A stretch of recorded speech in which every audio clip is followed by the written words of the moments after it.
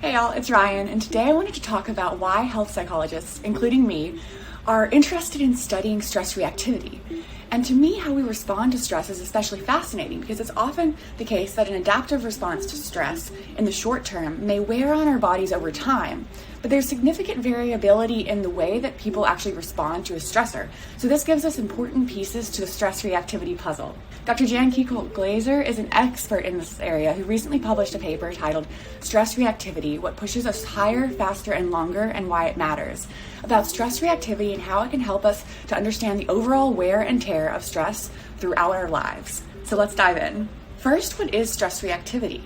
This is partially a conceptual and partially a measurement question. So we could ask people how stressed they are, which we do, but we also often want to see these physiological markers of stress reactivity. So these may be cardiovascular markers like heart rate variability, endocrine markers like cortisol, or immune markers like pro-inflammatory cytokines.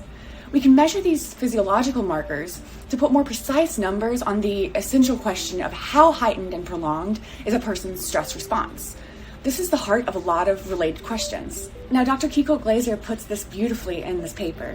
So a stress response is adaptive when its magnitude aligns with the stressor's threat and the body can return to a resting state soon after the threat ends.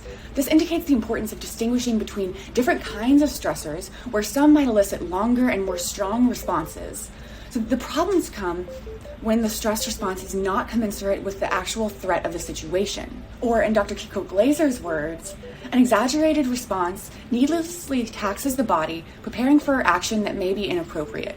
So a less adaptive stress response is considered to be something out of proportion with the threat at hand.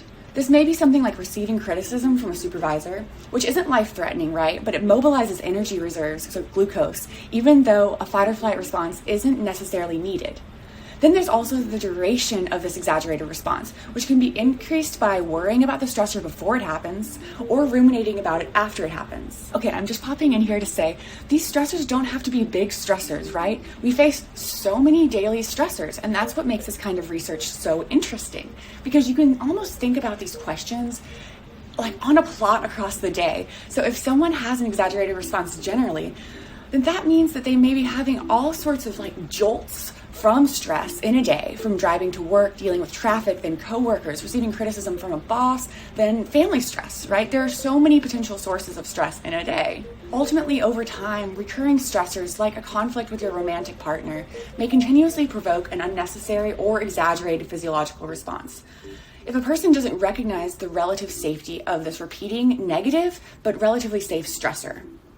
Now, that's a different circumstance than when there's a threat of violence, right? So to take the same example, but among a couple with a history of domestic abuse. Suddenly, these physiological responses might make more sense, right? Because if there is a conflict, then it would be reasonable to anticipate that that could escalate in a way that is quite threatening. So I just want to be careful not to discount that there are circumstances, right, where a fight or flight response is adaptive. But even in those circumstances, different people will have different levels and durations of stress reactivity based on some factors I'll discuss in a minute. Ultimately, across circumstances, a heightened or prolonged response, especially when thinking about stressors that don't require fighting or fleeing, can promote biological wear and tear that ultimately can influence these health trajectories that we're interested in. Dr. Kiecolt Glaser reviewed our current understanding of the factors that determine how we respond to stressors. So from heightening factors like rumination or depression to dampening factors like social support or having safe early life experiences. The duration and magnitude of the stress responses determines the physiological consequences described in this bottom box. So in the short term, stress causes our heart rate to increase. Then over the next days, weeks, or months, you might see dysregulated biological systems. And ultimately, chronic stressors can lead to accelerated aging and increased risk for chronic disease or even early mortality. Lastly, I'm personally really interested in the dyadic level of stress reactivity. So how do our close relationship partners influence our stress responses?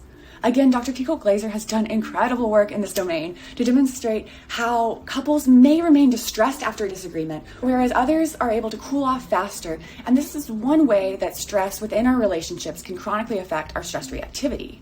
But there's still a lot of cool work being done to show more about how relationship partners affect each other's health. If you're interested in this line of research, I'm happy to talk more about any component of today's video, as it's very close to my own research interests. So just drop a comment below and let me know, and I'll keep going on this topic. All right, y'all, that's all for today. Thanks for stopping by, and please click like or subscribe for more videos like this and to support my channel.